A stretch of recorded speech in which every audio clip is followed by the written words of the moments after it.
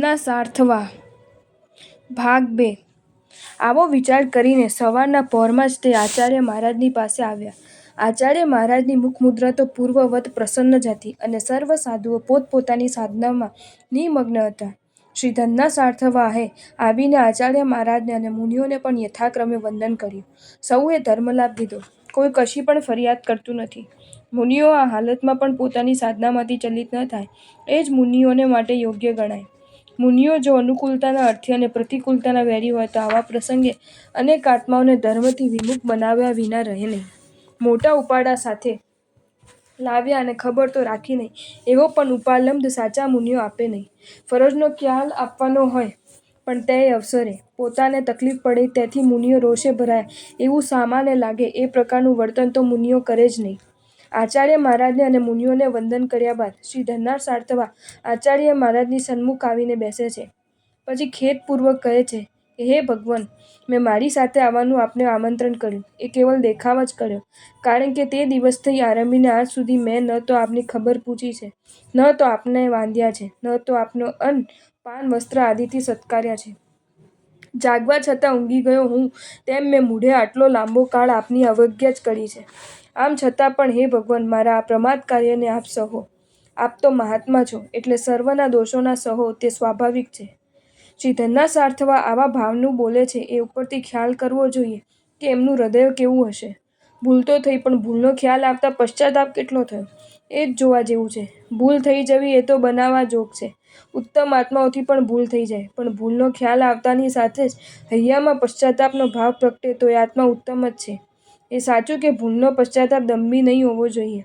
દંભીનો તો ઉદ્ધાર જ નથી. શ્રી ધનના સાર્થવામાં દંભ જેવું કાંઈ છે જ નહીં. એમનો તો દુઃખ ખૂબ થયું છે અને એ જ એમને આચાર્ય મહારાજ સમક્ષ પ્રગટ કર્યું છે. આની સામે આચાર્ય મહારાજે જે જવાબ આપ્યો છે તે પણ ધ્યાનમાં રાખી લેવા જેવો છે. આચાર્ય ભગવાન શ્રીમદ ધર્મઘોષ સુરીશ્વરજી મહારાજા ફરમાવે છે કે હે મહામતી, અમને તેવી કશી તકલીફ પડી નથી, માટે તું ખેદ ન કર. દુષ્ટ હિંસક પશુઓથી અને ચોરોથી રસ્તે મેં અમારું રક્ષણ કર્યું છે તે તો અમારો કયો સત્કાર નથી કર્યો.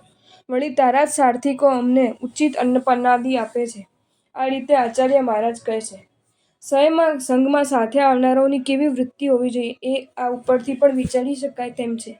સંઘમાં આવનાર એક પણ યાત્રિકને કોઈ પણ પ્રકારની અગવડ ન પડે એ જોવાનું કામ જેમ સંઘપતિનું છે તે સંઘમાં પડતી દરેક પ્રકારની તકલીફોને સમતાથી સહી લેવી અને તેમ છતાં પણ જેટલી સગવડ મળે તેને માટે સંઘપતિનો ઉપકાર જ માન્ય કરવો એ ફરજ યાત્રિકોની છે. આજે તો વૃત્તિ જ ફળી ગઈ છે. 99 ચીજો સારી હોય તેની અનુમોદના કરવાની વૃત્તિ નથી થતી અને એકાદ ચીજમાં ખામી હોય તો એમાં મીઠું મરચું ભભરાવીને નિંદા કરવાની વૃત્તિ સહેજે થઈ જાય છે. આ ઘણી જ અધમ વૃત્તિ છે. પરંતુ આજે આવી અધમ વૃત્તિવાળાની સંખ્યા વધારે છે એમ કહીએ તો ચાલે. ઉત્તમ વૃત્તિવાળા યાત્રિકોએ તો પોતાના મળતી સગવડો તરફ જ ધ્યાન આપવું જોઈએ અને બીજાઓની અગવડોને દૂર કરવાનું જો પોતાની શક્ય હોય તો તેમ કરવાને નહીં જ ચૂકવું જોઈએ. આચાર્ય મહારાજને અને સાધુઓને તકલીફ નહીં પડી હોય, પડી જશે, પણ એ મહાત્મા હતા. એ મહાત્મા હતા તો તમે મહાત્માના ઉપાસક તો છો ને? જો હા, તો તમારે પણ આ પ્રકારનો ઉમદા ભાવ આત્મામાં પ્રગટે એવો પ્રયત્ન કરવો જોઈએ. ઘણી તકલીફો પડવા છતાં પણ આચાર્ય મહારાજે એક પણ તકલીફ કહી નહીં અને જે કાંઈ સારું હતું તે જ જણાવ્યું.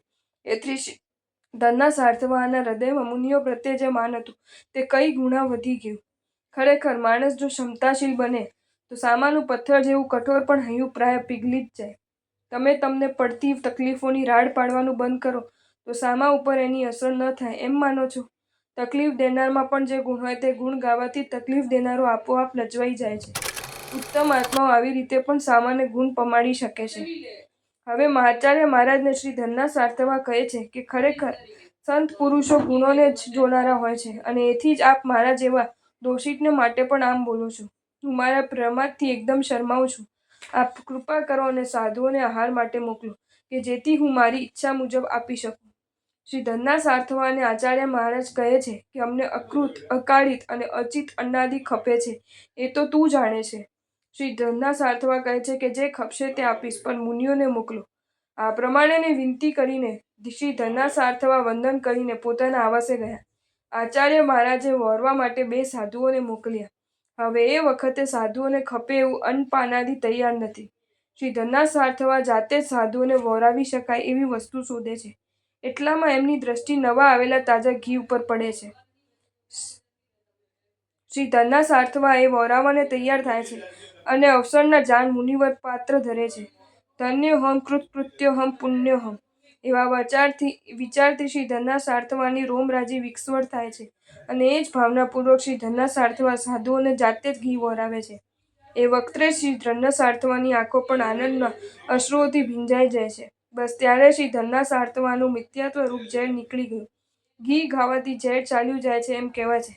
અહીં પણ શ્રી ધનના સાર્થવા પ્રસ્તુત ઘીનું દાન નહોતા દેતા, પણ મિથ્યાત્વ વિષનો નાશ કરવાને માટે જ જાણે ઘી ખાતા હતા. દાન દેવું એ જ વસ્તુ ખાવું છે. ખાધું પીધું અને ભોગવ્યું તથા તિજોરીમાં રાખ્યું તે આપણું, બાકી પારખું એવી માનના ઉદારતા ક્યાંથી આવી? શ્રી ધનના સાર્થવા તો એ વખતે મોક્ષ તરુના બીજ સમાન સમ્યક્ત્વ પ્રાપ્ત કર્યું. આપણને આ વર્ણન સાંભળતા સાંભળતા પણ ઉત્તમ ભાવના આવી જાય તો કામ થઈ જાય. એટલી પણ બુદ્ધિ જેનામાં હોય તેને માટે આ દ્રષ્ટાંત ઘણું જ ઉત્તમ છે. જો તમને આ વિડીયો ગમ્યો હોય તો આ વિડીયોને લાઇક કરો અને શેર કરો અને આવા જ નવા વિડીયો જોવા માટે જૈન ફેક્ટ્સ એન્ડ સ્ટોરીઝની ચેનલને સબસ્ક્રાઈબ કરો. ધન્યવાદ.